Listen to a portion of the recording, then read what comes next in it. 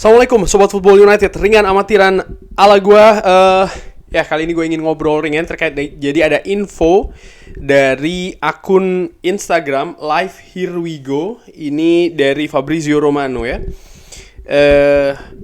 Ya di situ dikabarkan kalau akan ada dua pemain Manchester United dan sudah dikonfirmasi oleh Erik ten Hag kalau Donny van de Beek dan juga Brandon Williams ini sangat mungkin meninggalkan klub. Erik ten Hag mengatakan kalau Manchester United, tim ini membutuhkan pemain yang memang punya konsentrasi penuh berada di tim Manchester United ya. Dan dikonfirmasi juga kalau dua pemain ini mereka memang sedang mencari sesuatu yang lain di luar Manchester United. Jadi konsentrasinya tidak berada di klub saat ini, tidak berada di squad.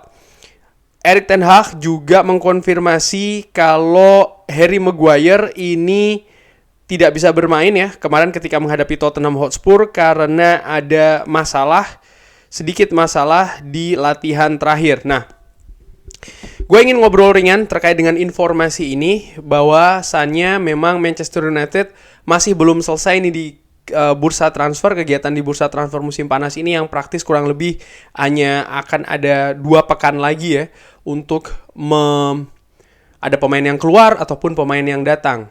Donny van de Beek, Brandon Williams, keduanya ini bahkan tidak terlibat di pertandingan terakhir Manchester United ketika menghadapi Tottenham Hotspur.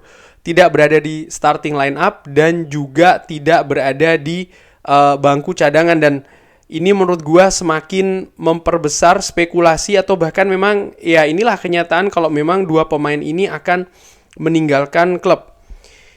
Yang menarik juga yaitu bagaimana Erik ten Hag dalam menyusun skuad Manchester United. Sering dikatakan kalau Erik ten Hag ini butuh pemain yang di dalam satu posisi ada double pemain. Jadi ada 2 pemain yang menempati di posisi yang kurang lebih sama skenarionya. Dengan formasi saat ini 4-1-4-1 atau 4-1-2-3, Manchester United ada beberapa posisi yang menurut gue ini masih belum terisi ya double-nya. Penjaga gawang menurut gue itu Andre Onana oke. Ada Tom Heaton, Dean Henderson posisinya masih tanda tanya. Apakah Manchester United akan mendatangkan pemain baru atau menggunakan Dean Henderson sebagai backup dari Andre Onana? Kalau seandainya Dean Henderson sebagai backup Andre Onana, gue kok begini. Dean Henderson ini kan ingin sebagai posisi utama, dan setelah David De Gea cabut, posisi utama itu justru diberikan atau Manchester United justru mendatangkan kiper baru. Gue gak tahu apakah Dean Henderson dengan skenario yang saat ini artinya dia bukan menjadi pilihan utama, ingin tinggal di Manchester United atau tidak. Gue sih berpikiran Manchester United masih harus mendatangkan 1 pemain lagi untuk posisi penjaga gawang karena Tom Heaton saja tidak cukup. 4 pemain bertahan, center back menurut gue dengan situasi dari Harry Maguire jelas ya kalau ya akan ada 4 pemain, artinya 1 center back posisi utama dan juga posisi backupnya jelas di sana, Victor Lindelof, Rafael Varane, Lisandro Martinez. Nah, Brandon Williams ini kan pemain yang bisa mengisi kanan dan kiri. Dan di kanan jelas ada Aaron Wan-Bissaka, Diogo Dalot, di kiri Luke Shaw, dan nampaknya Tyrell Malacia ini akan kembali lagi ke skuad utama. Tyrell Malacia saat ini sedang cedera, sedang dalam pemulihan, tidak terlibat dalam pre-season. Bagaimana gue melihat Tyrell Malacia? Tyrell Malacia didatangkan memang untuk memberikan kompetisi ya kan di posisi bek kiri. Dan kalau gue melihat dari musim lalu berhasil. Karena dengan kedatangan Tyrell Malacia, Luke Shaw ya yang sebelum Erik ten Hag datang ini kan posisinya bahkan digeser oleh Alex Telles, ini bisa merebut kembali, bisa tampil dengan kapasitas tertinggi. Sehingga menurut gue ya dalam hal ini berhasil Tyrell Malacia sebagai backup dan juga sebagai pemain yang bisa memberikan kompetisi bagi seorang Luke Shaw. Ada Alvaro Fernandes ya, pemain muda ini menurut gue pemain bagus, potensial. Tapi kalau dia diberikan posisi sebagai backup dari Luke Shaw, maka menit bermainnya tidak besar.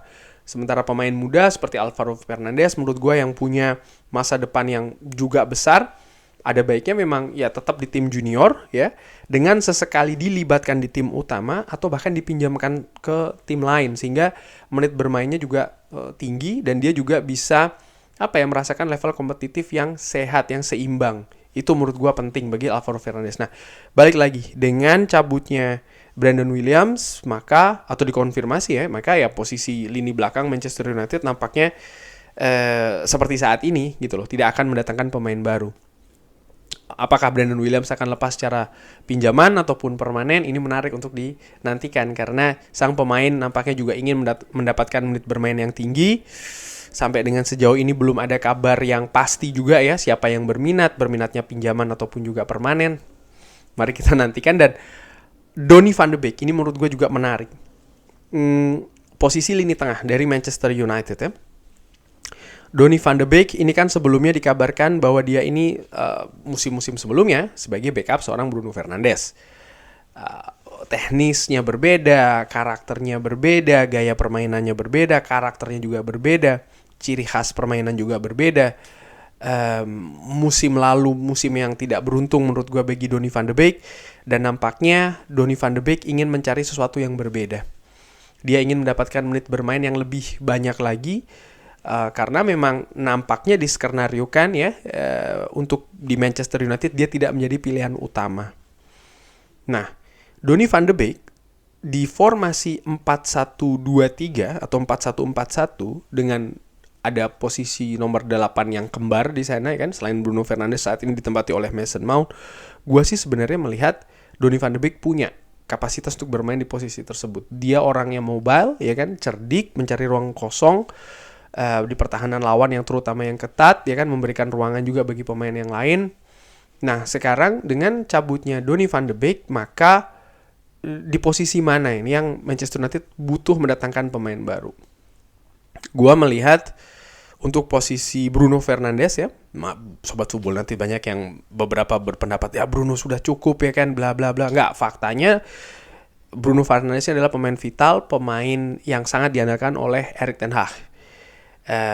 Kontribusinya sangat luar biasa musim lalu dan sangat berpengaruh bagi penampilan Manchester United. Ketika Bruno Fernandes tampil bagus,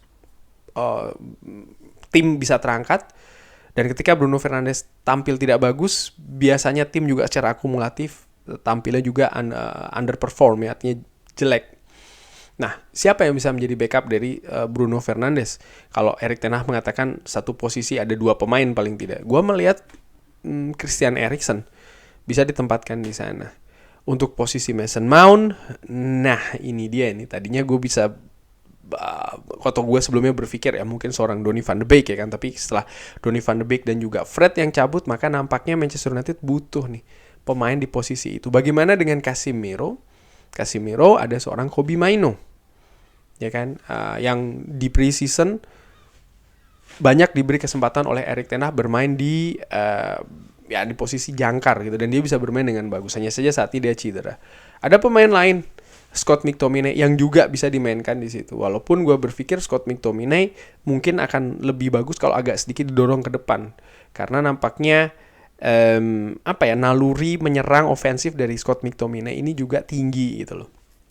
Nah, dari situ kalau kita ngomongin soal masalah lini tengah, maka ya di posisinya Mason Mount inilah Manchester United butuh pemain baru.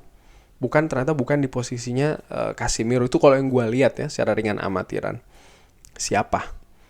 Ada Ryan Gravenberch, ada Sofyan Amrabat. Gue pernah menunjukkan ke Sobat Football United ya kan bagaimana heat maps dari kedua pemain ini ketika bermain di Fiorentina maupun bermain di Ajax Amsterdam, karena Ryan Gravenberch menit bermainnya dengan Bayern Munchen kan tidak banyak. Kalau dilihat dari memang kebutuhan ada di Mason Mount, posisinya untuk membackup Mason Mount ya di posisi situ, maka posisi dari seorang Ryan Gravenberch ini justru lebih dekat. Karena di Ajax disitulah posisi dari Ryan Gravenberch gitu loh. Sementara Sofyan Amrabat sebenarnya posisinya agak sedikit di belakang dari posisinya Mason Mount, tapi di atas dari posisi dari Casemiro. Nah, gua di video ketika apakah Sofyan Amrabat maupun Ryan Gravenberch, di situ gua berpendapat ya gua lebih memilih Sofyan Amrabat, karena gua berpikir Sofyan Amrabat punya karakter yang berbeda ya. Dia bisa agak turun ke belakang di posisinya Casemiro ketika Casemiro berhalangan ya kan. Dia juga bisa tampil agak sedikit naik ini, tapi tidak setinggi Mason Mount. Nah, kabar sekarang ini kan santer kalau Ryan Gravenberch ini juga didekati oleh Manchester United selain Liverpool juga. Dari situ, dari melihat fakta kalau Fred sudah cabut, sebentar lagi Donny van de Beek pun juga demikian, nampaknya benang merahnya nih terungkap sedikit ya. Kenapa kok Manchester United ini juga ingin mendatangkan Ryan Gravenberch? Karena Erik ten Hag nampaknya mencari pemain juga yang bisa memberikan kompetisi kepada seorang Mason Mount di posisi tersebut. Karena praktis Scott McTominay ya menurut gua sih belum bisa memberikan kompetisi yang ketat maupun sengit di posisi nomor 8 tersebut. Bahkan mungkin Scott McTominay lebih untuk melapis seorang Casemiro, sehingga Mason Mount ini belum ada saingannya menurut gue ya secara ringan amatiran, sehingga ya Ryan Gravenberch itu yang diincar oleh Manchester United untuk mengisi posisi dari Mason Mount dalam arti backup, rotasi dan juga memberikan kompetisi. Walaupun kalau ditanyakan ke gue masih tetap berpendapat ya Sofyan Amrabat. Kenapa? Karena karakternya berbeda. Manchester United dengan Sofyan Amrabat bisa bermain di 4-2-3-1 lagi, bisa bermain di 4-3-3 ya, bisa juga bermain di 4-1-2-3, tapi posisinya nomor 8-nya ini agak sedikit turun ke lini tengah gitu sih menurut gue. Sehingga ketika Manchester United dalam possession kuat ya, tapi ketika out of possession artinya bola itu lepas juga punya pemain yang bisa menghadang nih di lini tengah. Kurang lebih demikian ngobrol ringan mengenai kabar terbaru dari Live Here We Go tadi ya, mengabarkan kalau Brandon Williams dan juga Donny van de Beek ini sedang diproses untuk keluar dari Manchester United, apakah secara pinjaman maupun juga secara permanen, kita tunggu saja. Bagaimana menurut Sobat Football United?